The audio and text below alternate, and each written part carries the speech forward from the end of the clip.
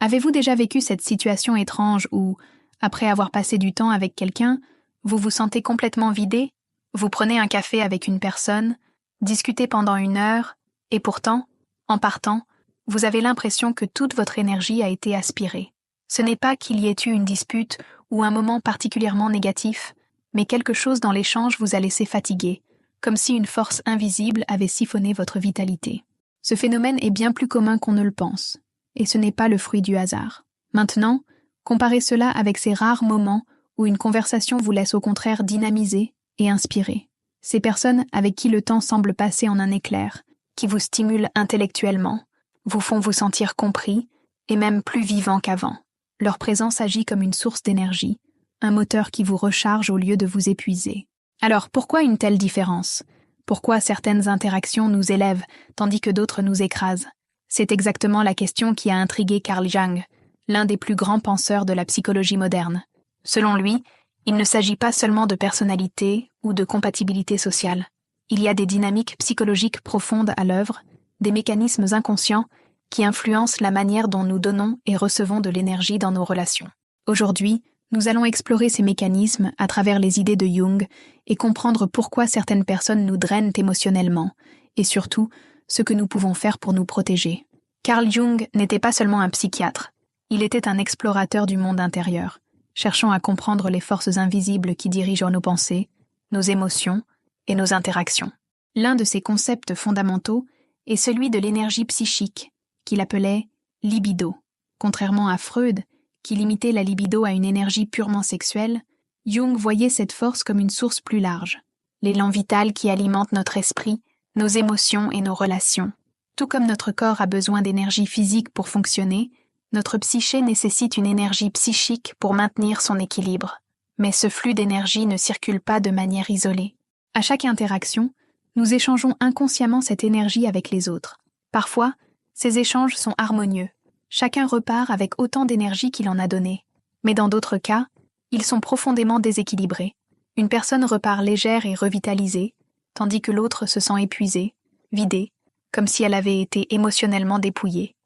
Jung pensait que ce phénomène n'était pas un simple ressenti subjectif, mais le reflet de processus psychologiques bien réels qui se déroulent sous la surface de nos interactions.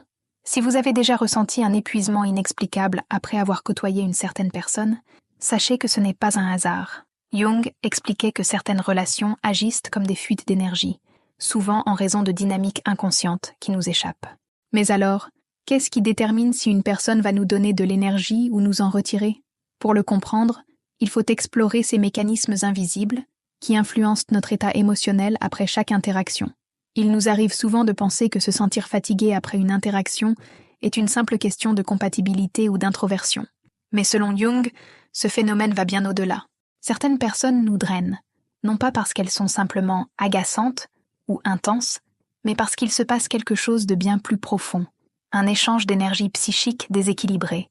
En d'autres termes, ces personnes prennent plus qu'elles ne donnent, souvent sans même en avoir conscience. Ce n'est pas nécessairement intentionnel, mais le résultat est toujours le même. Vous repartez vidé, tandis qu'eux semblent en tirer une forme d'apaisement ou de soulagement. Ces interactions épuisantes peuvent se manifester de plusieurs manières. Parfois, c'est une simple conversation qui semble interminable, où l'autre personne monopolise la parole, déversant ses soucis sans jamais vous laisser de place. D'autres fois, c'est une présence plus subtile, mais lourde, une énergie négative qui pèse sur l'environnement et vous laisse avec une sensation d'étouffement. Vous ressentez un malaise diffus, un poids émotionnel que vous ne pouvez pas toujours expliquer. Ce genre d'échange n'a rien à voir avec une simple fatigue sociale, c'est un drainage énergétique inconscient, un mécanisme qui s'active lorsque des processus psychologiques cachés entrent en jeu. Mais comment cela fonctionne-t-il exactement?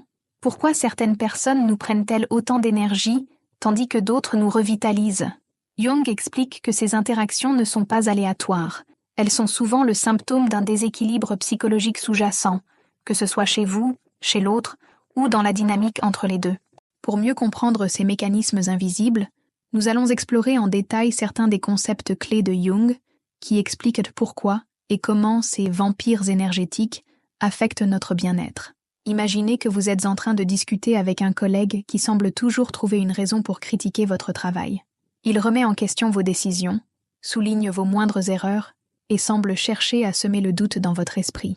Pourtant, si vous observez bien, rien dans votre travail ne justifie une telle attitude.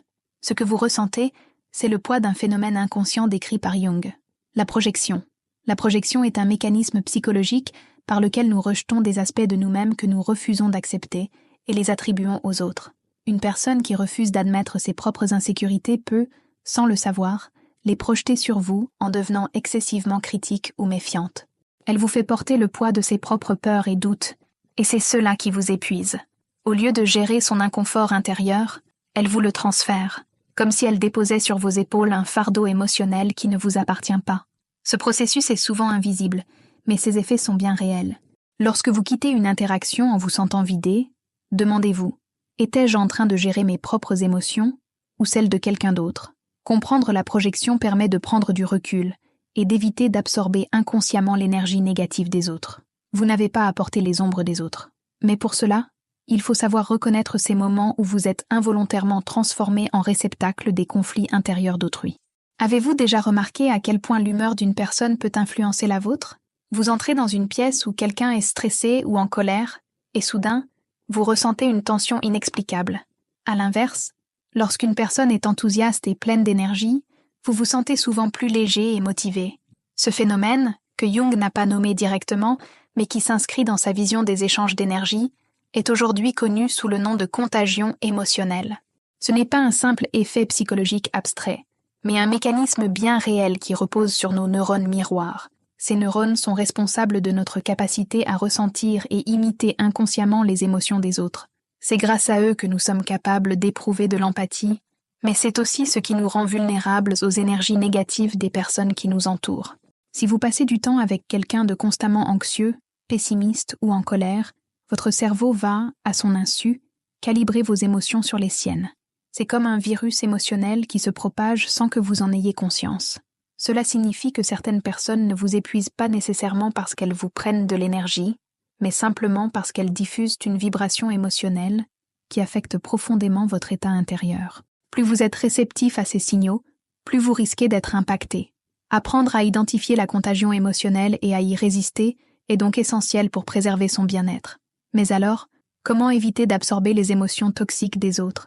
C'est ce que nous allons explorer à travers un autre concept puissant de Jung, l'ombre psychologique. Chacun de nous possède une part cachée de sa personnalité, une facette que nous préférons ignorer ou refouler. Jung appelait cela l'ombre. Elle contient tout ce que nous refusons d'accepter en nous, nos peurs, nos frustrations, nos pulsions refoulées, nos désirs inavoués. Et lorsqu'une personne n'a pas fait la paix avec son ombre, celle-ci ne disparaît pas pour autant. Au contraire, elle se manifeste de manière inconsciente et finit souvent par peser sur les autres. Une personne qui refuse d'accepter sa propre colère, par exemple, ne va pas exprimer cette émotion de manière directe. À la place, elle adoptera des comportements passifs-agressifs, créera des tensions subtiles et manipulera inconsciemment son entourage. Vous sentez qu'il y a un conflit dans l'air, mais rien n'est dit explicitement. Vous devez alors gérer un poids émotionnel invisible, un malaise qui s'installe sans que vous puissiez clairement en identifier la source. Et c'est précisément cela qui épuise. Vous passez votre temps à essayer de décoder une atmosphère pesante, à marcher sur des œufs, à anticiper des réactions imprévisibles. Jung disait « Jusqu'à ce que vous rendiez l'inconscient conscient, il dirigera votre vie et vous l'appellerez « destin ». Cette phrase résume parfaitement pourquoi certaines interactions nous laissent vider. Quand quelqu'un projette son ombre sur vous, c'est comme s'il vous imposait un combat intérieur qui devrait lui appartenir. Mais la clé, c'est que nous faisons parfois la même chose. Si certaines personnes nous épuisent, c'est peut-être aussi parce qu'elles nous forcent à affronter des aspects de notre propre ombre que nous n'avons pas encore acceptés. Nous avons tous rencontré ces personnes qui, après quelques minutes de conversation, nous laissent complètement vidés. Ce n'est pas toujours évident au début, mais avec le temps, on finit par reconnaître certains modèles récurrents. Jung parlait d'archétypes, des figures universelles qui se manifestent sous différentes formes dans notre vie. Dans le cas des relations énergivores, certains profils reviennent sans cesse. Le premier est la victime. Cette personne vit dans un état de plainte permanent, où tout est toujours de la faute des autres. Elle cherche du soutien, mais rejette toute solution. Chaque conversation devient un cercle sans fin, où elle vous entraîne dans ses problèmes, absorbant votre énergie sans jamais chercher à s'élever. Ensuite, il y a le narcissique, qui monopolise l'attention et vous utilise comme un miroir pour flatter son ego. Il capte votre énergie en exigeant admiration et validation, mais ne donne jamais en retour. Il peut être charmant au début, mais avec le temps, vous réalisez que la relation est entièrement à sens unique. Nous trouvons aussi le martyr, qui sacrifie tout pour les autres, mais attend en retour une reconnaissance constante. Son aide n'est jamais vraiment gratuite, elle crée une dette émotionnelle, une culpabilité qui finit par peser sur vous. Puis, vient le manipulateur, expert en jeu psychologique. Il utilise la peur, la culpabilité ou l'obligation pour obtenir ce qu'il veut. Enfin, il y a le vampire énergétique, qui ne rentre pas dans une catégorie précise mais qui, par sa simple présence, absorbe votre énergie en alimentant des conflits, en exagérant ses problèmes ou en s'entourant constamment de chaos. Le plus troublant, c'est que nous attirons souvent ces archétypes sans nous en rendre compte. Pourquoi ? Parce qu'ils exploitent nos failles, nos propres blessures inconscientes. Si vous avez tendance à vouloir sauver tout le monde, la victime va naturellement être attirée par vous. Si vous manquez de confiance en vous, le narcissique vous manipulera pour obtenir votre validation. Ces schémas ne sont jamais dus au hasard, et comprendre pourquoi vous attirez certains types de personnes est la première étape pour s'en protéger. Avez-vous déjà remarqué que certains types de personnes toxiques reviennent sans cesse dans votre vie, comme si vous les attiriez involontairement ? Ce n'est pas une coïncidence. Jung expliquait que nos relations extérieures reflètent souvent notre monde intérieur. Si certains schémas se répètent dans vos interactions, c'est peut-être parce que votre propre psyché cherche inconsciemment à revivre une situation non résolue. Cela peut sembler dérangeant, mais c'est une opportunité de compréhension et de transformation. Prenons un exemple. Si, enfant, vous avez grandi avec des parents émotionnellement indisponibles, vous pourriez inconsciemment rechercher des partenaires ou des amis qui reproduisent ce même schéma. Pourquoi ? Parce que votre psyché tente, sans en être consciente, de résoudre une blessure passée en revivant les mêmes dynamiques, dans l'espoir d'obtenir une fin différente. De la même manière, si vous avez été conditionné à éviter le conflit et à toujours plaire aux autres, vous serez une cible idéale pour les manipulateurs et les vampires énergétiques. Ils ressentent cette faille et s'y engouffrent. Mais la bonne nouvelle, c'est que ce schéma peut être brisé. Prendre conscience des répétitions dans vos relations est le premier pas pour reprendre le contrôle. Posez-vous la question. Quel type de personne me laisse toujours épuisée ? Y a-t-il un schéma commun ? En identifiant la racine du problème, vous pouvez progressivement modifier votre façon d'interagir et, surtout, apprendre à poser des limites. Car si certaines personnes vous épuisent, c'est aussi parce que, inconsciemment, vous leur laissez cet espace. L'un des facteurs les plus courants qui explique pourquoi certaines personnes nous épuisent, c'est notre propre difficulté à poser des limites. Si vous avez tendance à éviter les conflits, à vouloir être apprécié à tout prix, ou à ressentir de la culpabilité lorsque vous dites non, alors vous êtes une cible parfaite pour les personnes qui prennent plus qu'elles ne donnent. Jung appelait ce processus l'individuation, c'est-à-dire le développement d'un moi fort et différencié, capable d'affirmer ses besoins sans peur du rejet.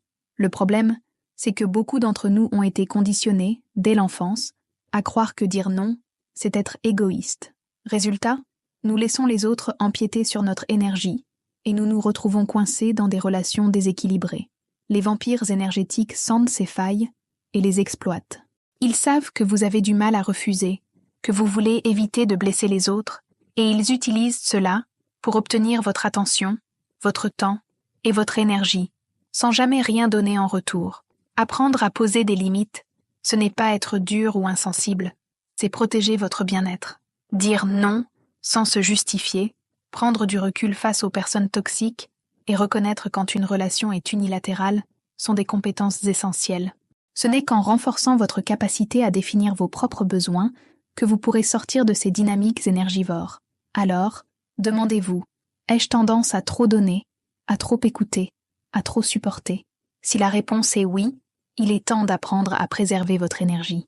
Il est facile de blâmer les autres pour notre fatigue émotionnelle, mais la vérité, c'est que nous avons souvent notre part de responsabilité. Pas parce que nous méritons d'être épuisés, mais parce que nous ne réalisons pas toujours comment nous laissons ces schémas se reproduire. Jung insistait sur l'importance de la conscience de soi, car sans elle, nous restons prisonniers de nos propres automatismes. Si vous ne savez pas pourquoi certaines personnes drainent votre énergie, vous continuerez à les attirer et à tomber dans les mêmes pièges relationnels. Un manque de conscience de soi, c'est ne pas voir les signaux d'alerte. C'est ressentir une fatigue après une conversation et ne pas se demander pourquoi. C'est tolérer des comportements toxiques sous prétexte que c'est normal ou que tout le monde a des problèmes. C'est se sentir coupable de vouloir prendre ses distances avec une personne qui nous épuise. Sans ce recul, nous laissons ces relations se perpétuer encore et encore, sans comprendre que nous avons le pouvoir de les arrêter. La solution commence par l'observation. Prenez un moment pour réfléchir. Quelles sont les personnes qui vous laissent vider après une interaction? À quel moment sentez-vous que votre énergie baisse? Quels sont les comportements qui déclenchent cette sensation? Tenir un journal de vos ressentis après chaque échange peut vous aider à identifier les schémas récurrents. Une fois que vous prenez conscience du problème, vous pouvez enfin commencer à le changer. Et cela nous amène à l'étape essentielle. Apprendre à protéger votre énergie. Comprendre pourquoi certaines personnes vous épuisent est une chose, mais apprendre à vous protéger activement en est une autre. Jung soulignait que notre énergie psychique est précieuse et qu'elle doit être gérée consciemment, comme une ressource limitée. La clé pour éviter le drainage énergétique n'est pas seulement d'éviter certaines personnes, mais d'adopter des stratégies concrètes pour préserver votre vitalité. La première étape est de développer une meilleure conscience de votre énergie. Après chaque interaction, prenez quelques secondes pour vous demander: est-ce que je me sens plus léger ou plus fatigué? Si vous remarquez un schéma récurrent avec certaines personnes, c'est un signal clair. Ensuite, posez des limites fermes. Vous n'êtes pas obligé d'écouter sans fin les plaintes d'un collègue ou de répondre immédiatement aux messages d'une personne qui monopolise votre attention. Il est essentiel d'apprendre à dire « je ne peux pas t'écouter maintenant », sans culpabilité. Enfin, renforcez votre propre énergie. Jung était fasciné par les pratiques qui favorisent l'équilibre intérieur, comme la méditation, le temps passé dans la nature ou encore l'expression créative. Ces activités ne sont pas de simples distractions. Elles permettent à votre psyché de se régénérer et de limiter l'impact des énergies négatives extérieures. Rappelez-vous, votre énergie est précieuse et vous avez le droit et la responsabilité de la protéger. Tout au long de cette exploration, nous avons découvert que l'épuisement émotionnel n'est pas un simple hasard. Il est le résultat de dynamiques psychologiques profondes qui influencent nos relations, souvent sans que nous en ayons conscience. Jung nous a appris que chaque interaction est un échange d'énergie et que certaines personnes, qu'elles en soient conscientes ou non, nous drainent. Mais la bonne nouvelle, c'est que vous avez le pouvoir de changer cela. La première étape est d'écouter votre corps et votre esprit. Si vous ressentez de la fatigue après avoir vu quelqu'un, ne l'ignorez pas. Ce n'est pas un détail insignifiant. C'est un signal d'alarme que votre psyché vous envoie. Ensuite, apprenez à poser des limites et à choisir consciemment avec qui vous passez du temps. Votre énergie est précieuse. Elle ne doit pas être distribuée sans discernement. Enfin, engagez-vous dans un travail sur vous-même, car ce que vous acceptez dans vos relations reflète souvent ce que vous tolérez en vous-même. Comme Jung l'a si bien dit, qui regarde à l'extérieur rêve, qui regarde à l'intérieur s'éveille. Aujourd'hui, vous avez le choix. Continuer à subir ces relations qui vous vident ou prendre conscience de ces mécanismes pour transformer votre vie. Lequel allez-vous choisir? Partagez votre expérience dans les commentaires. Avez-vous déjà rencontré un vampire énergétique? Comment avez-vous appris à protéger votre énergie? Votre témoignage pourrait aider d'autres personnes à retrouver leur équilibre.